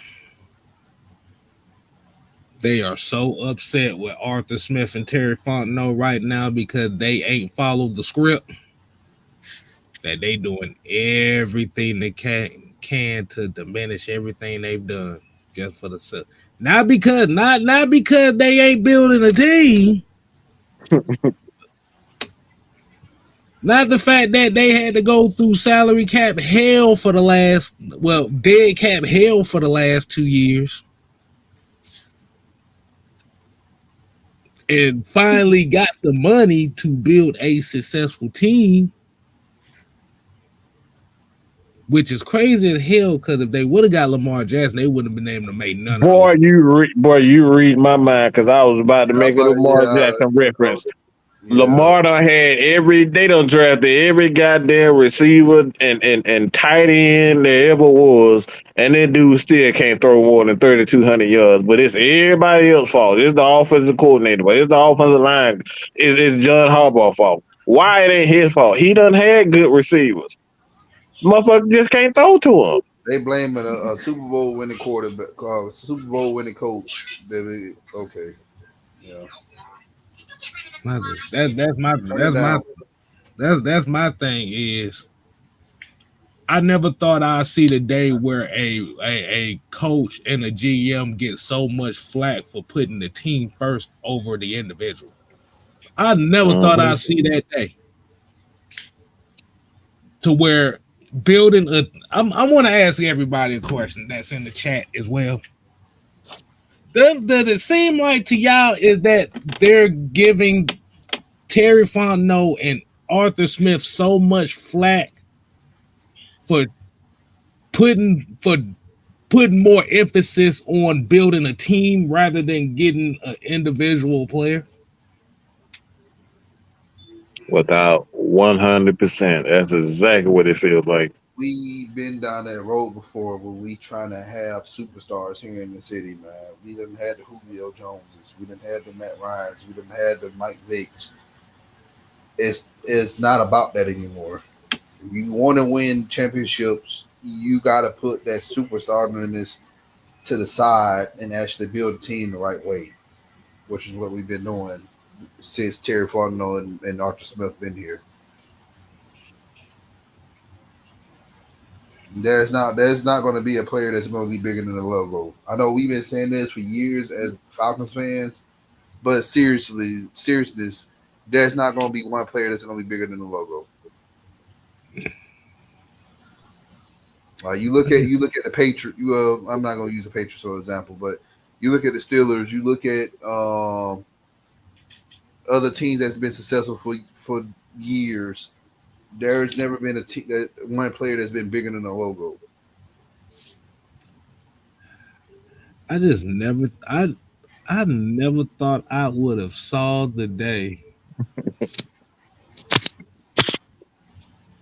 I mean, when you look at it, like you said, no player gonna be bigger than the logo.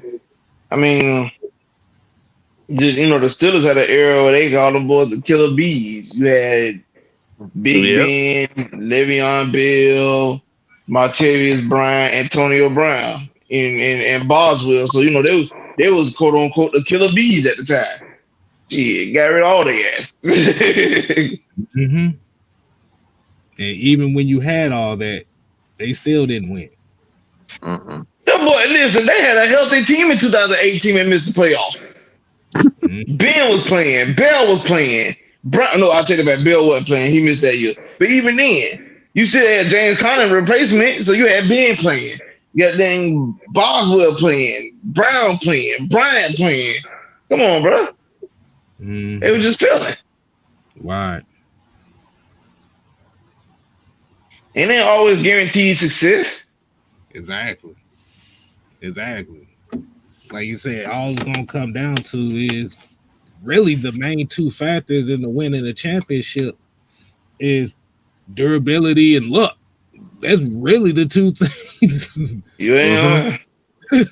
Durability and luck. We don't watch time and time again teams that made it far in the playoffs or made it to the Super Bowl that you thought had no chance in hell of getting there, and they made it there. We seen Eli Manning and that Giants defense win 2 Super Bowls where they literally had to win every game in the last 5 weeks just to get to the playoffs. That part. That shit right there. I'm talking about they got into the Super Bowl on mercy wins. And then when Eli got to the third quarter, he didn't even think he was gonna win. Mm-hmm. That boy literally threw a Jesus ball that went his way. Look. I'm gonna be honest with you. I ain't never seen a Manning quarterback constipated the whole game. Eli looked like he was under duress the whole game. Listen, he threw a Jesus ball twice: the helmet catch and the sideline catch to Mario Minahan, because I knew the way he threw it. You look like he just threw that up there. He was like, fucking somebody down there. Let me just throw it. Like, but the defense of Manningham had hands though. Like, get the fuck out of here, boy. Come on, nigga. He playing on the damn biscuit. Shut up. Well, you know he had hands, bro. If he ain't got no accolades in the damn league, he's sorry. Shut up. No, but see, y'all know good and well. Y'all know good and well. Y'all saw Eli Manning get on his knees after he threw that ball. Come on now. He got clean on his knees. Eli threw a good ball, but Manningham came through. No, he ain't got no damn hands. That's why nobody ain't doing his ass. That's the goddamn New York. Shut up. He ain't shit about no motherfucker. No, he didn't. Then why the fuck he ain't last long in the league? Why he ain't last long in the league? Injuries, that's why. Bullshit. Goddamn injuries. He was only supposed to be good in that one game. Y'all Bulldog fans gonna leave my Michigan players alone though. Listen.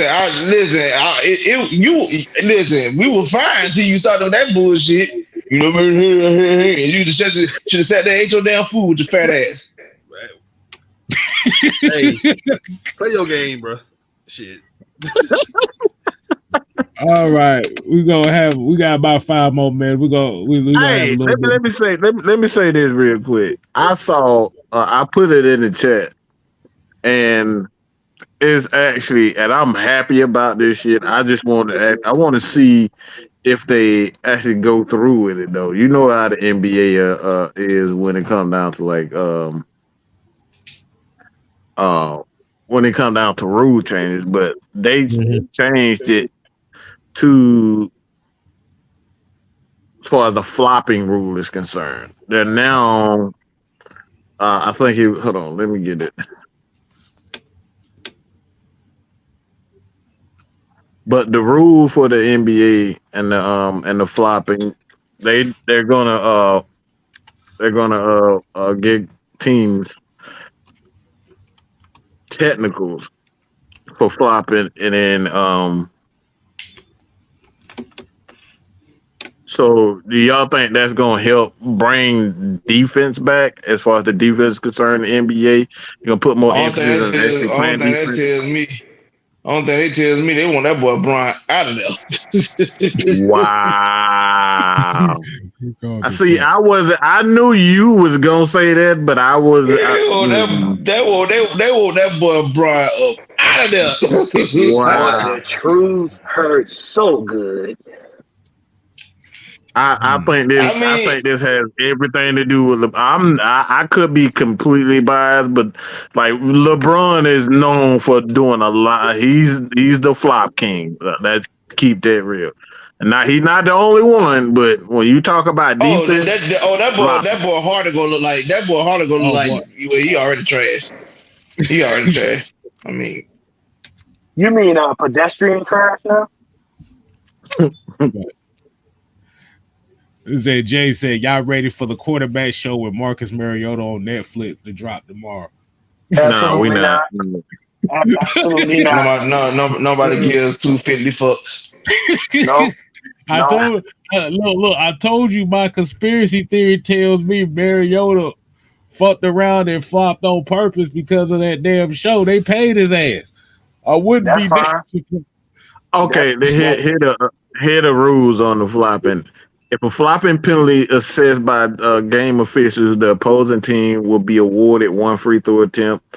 A player who commits a flop will be charged with a non-unsportsmanlike technical foul. A player will not be ejected from the game based on the flopping. Officials will not be required to stop live play to call a flopping violation. They can't wait until the next neutral opportunity. So basically, you're gonna start getting free throws of guys, and I think it's gonna bring a little bit more excitement towards the end of the game, because you know how certain teams they start doing like you said, Marcus Smart, Draymond Green, Dylan Brooks, all them flopping motherfuckers. Hold on, it said. Hey, no. We didn't just get past this. What drugs was being smoked when Houston said, "You know what? We're gonna give Devin Brooks Oh $80 my million god. over the course of the next 4 years." I want to know what drugs was being smoked in that office that day. Please explain to me. Yeah, I'm still trying to figure that one out. Yeah, whatever that is, I don't want none of that. I don't want none of them. But the point of it all is this though, like, and I ain't like I said, I know people might say I'm being a broad hater. I mean, I ain't being a broad hater. I'm just calling for what it is. But at this point, you could tell when the league has gotten tired of certain players. You notice how stuff that went Brady way the last couple of seasons really didn't. Like where, like now don't get me wrong, the rough and the passer call that was more so of I'm sorry, I can say this. That was more so about fucking over the Falcons just cause just call it for what it is. But like I said, games after that, like you can see where he wasn't getting the same love and this, that, and third. So eventually, Brady got the memo. He got the message. All right, it's my time up here. Let me get the fuck out of Dodge. He got the memo. So it's like with Braun, his whole moniker is, I want to play with my son. There's nothing wrong with that. I mean, because we saw Ken Griffey Sr. and Ken Griffey Jr. play with each other. But like, bro, you can't expect to still keep getting the love that you want throughout the course of your career. And like, it's like, bro, you've been playing over 20 years now. It's time to move on. It's the same as that. So even with James Harden, you can't expect to be Euro stepping your way to the paint and then somebody like slap you. It was a foul. No, that motherfucker beard be whispering in the wind and shit. He just said Jeff Hardy, man. Damn. I mean, he ain't lying, shit. That's what gives him the extra edge on the flopping part. Like you say, his beard go like this when he flops, so it looks more painful. That make no damn sense. Okay, so I'm reading this article too. Oh, I'm reading this thing on it as well. They said flopping in games. So when the referee calls a flop, there will be a non-unsportsmanlike. Kind of pretty much saying what Mike is saying. Says so there will be a non-unsportsmanlike technical foul called on offended players, and the opposing team will get a free throw. Referees also won't have to stop play to call a flop, as they can wait until the next stop in live action if needed to make the call. So basically, review. I think that has more to do in the review, and they don't have to stop to play the review, and they can wait. Yeah, they probably have some extra eyes looking at him, like, wait a minute, he may have flopped here. This has been on the books for years, though, for them to pass. Because remember when Jay-Z was part on. Oh wow, LT, you gonna love this picture. Oh my god, they actually got somebody put a video. I'm sorry, but somebody actually got a meme of it saying that this is basically the LeBron rule.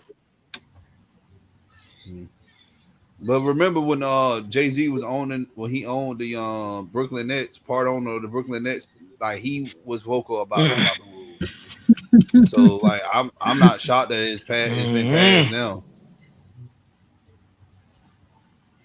Damn, this is the score. The score pretty much they got the technical, they got the rule, the NBA approves it, and they got LeBron picture on it.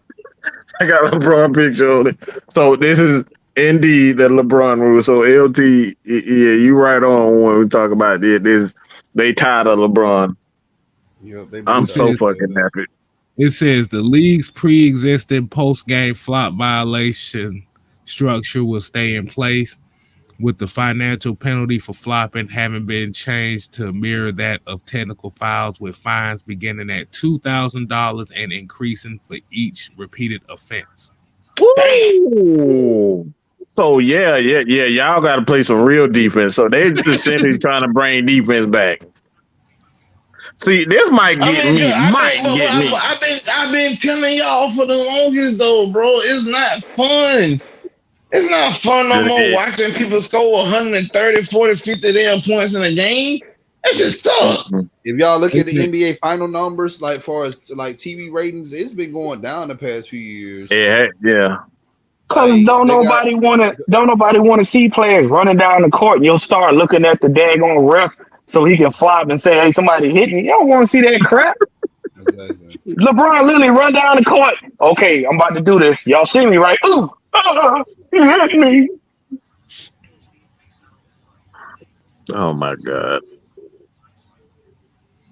Yeah, that's pretty bad. Yeah, that's more obvious than anything that could be said. And Victor Wembanyama is sitting the remainder of Summer League.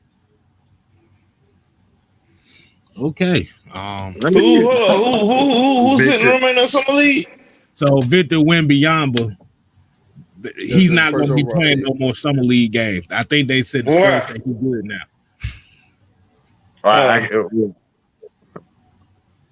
I guess he don't show. That makes sense. That do make sense. That makes sense. Pop knows what he's doing, man. Pop gonna have him like shooting. He gonna be in the lab. That motherfucker need to be in the fucking. My question is, what did they say to Pop to convince him to continue his career? I thought for sure he was hanging it up. It's a contingent plan. It's a contingent plan, man. They want to make sure everything's set in place before he leave, man. Yeah, because I thought for sure they had Tim Duncan ready to take over. Not yet. Yeah, I don't think Tim ready yet.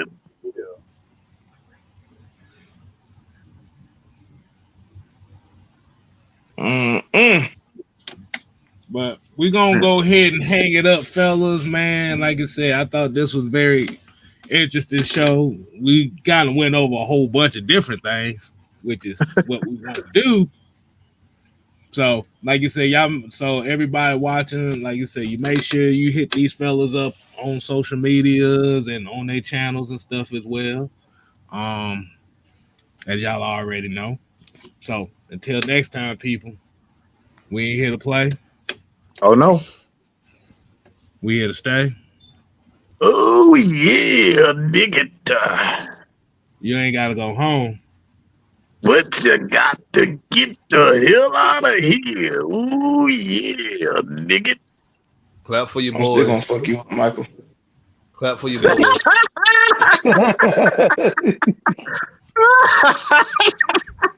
Yeah, he says when he called me Michael.